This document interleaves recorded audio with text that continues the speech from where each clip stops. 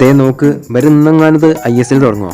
ദേ നിങ്ങളെ ബ്ലാസ്റ്റേഴ്സ് മര്യാദക്ക് ഒരു സ്ട്രൈക്കറെ സൈൻ ചെയ്ത് വേണം മോനെ. അത് നീ വിട്. കഴിഞ്ഞ സൂപ്പർ കപ്പിൽ ഇവിടെ ആരാ നന്നായി കളിച്ചതെന്ന് കളി കണ്ടവർക്കറിയാം. അല്ല, ആരാണത്?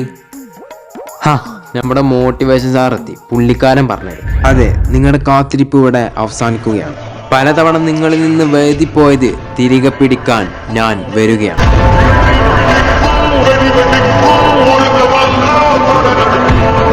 കളിയാക്കിയവരെ എല്ലാം കളി പഠിപ്പിക്കാൻ ഞാൻ വരികയാണ്.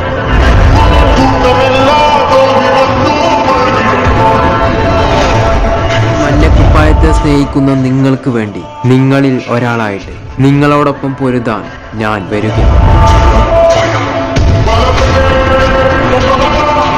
ഇവിടുത്തെ മാന്ത്രികനോടൊപ്പം മന്ത്രജാലം തീർക്കാൻ ഞാൻ വരികയാണ്.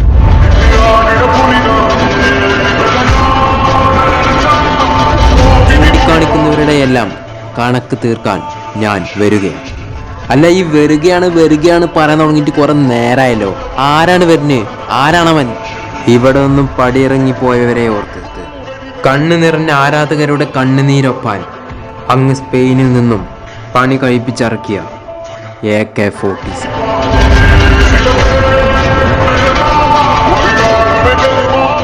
കോൾഡോ ഒബിയേറ്റ.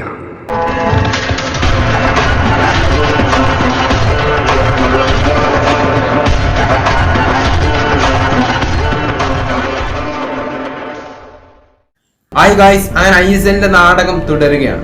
സോ കൂടുതലായിട്ടൊന്നും ഈ ഒരു വീഡിയോനെ കുറിച്ച് പറയാനില്ല. പക്ഷെ എന്തായാലും ഞാൻ കുറച്ച് റിപ്പീറ്റ് ചെയ്യാം. നമുക്ക് ഈ ഒരു അവസ്ഥയിൽ അറിയാൻ പറ്റുന്നതെന്ന് വെച്ചാൽ ജനുവരിയിൽ എന്തായാലും ISL നടക്കില്ല. പക്ഷെ ഫെബ്രുവരിയിലും ഇത് നടന്നിട്ടില്ലെങ്കിൽ ഈ ഒരു സീസണിൽ ISL ഉണ്ടാവില്ല. അത് തന്നെയാണ് ഇപ്പൊ നമുക്ക് കിട്ടുന്നത്. സോ ഇതിനിടെ 3 ഗ്രൂപ്പുകളാക്കി തിരിച്ചിട്ടുണ്ട്. എന്തിനാ വെച്ചാല് ISLനെ കുറിച്ച് പഠിക്കാനാണ് അവര് പറഞ്ഞിട്ടുള്ളത്. സോ എന്തായാലും ഈ ഒരു വീഡിയോനെ കുറിച്ച് നമുക്ക് കൂടുതലായിട്ടൊന്നും പറയാനൊന്നുമില്ല. ഈ പറഞ്ഞ തന്നെയാണ് നമുക്ക് വീണ്ടും പറയാനില്ല.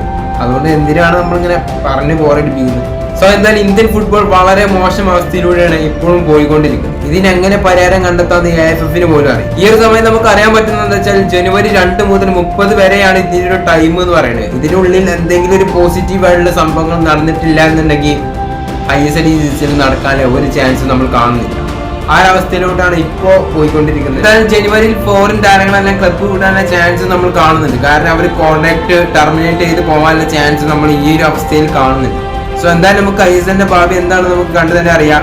അപ്പൊ എന്തായാലും ഇത്രയൊക്കെ തന്നെയുള്ള ഈ ഒരു വീഡിയോനെ കുറിച്ച് പറയാം. അപ്പൊ എന്തായാലും ഈ ഒരു വീഡിയോനെ കുറിച്ച് കൂടുതലായിട്ടൊന്നും പറയാനില്ല. കുറെ പറഞ്ഞ് നിങ്ങൾക്കും ബോറടിക്കുന്നുണ്ടാവും. അപ്പൊ എന്തായാലും വീഡിയോ ഇഷ്ടമായിട്ട് ലൈക്ക് ചെയ്യുക, പിന്നെ ചാനൽ സബ്സ്ക്രൈബ് ചെയ്യുക. അപ്പൊ എന്തായാലും നെക്സ്റ്റ് വീഡിയോ ആയിട്ട് കാണുന്നവർക്ക് എല്ലാവർക്കും ഗുഡ് ബൈ.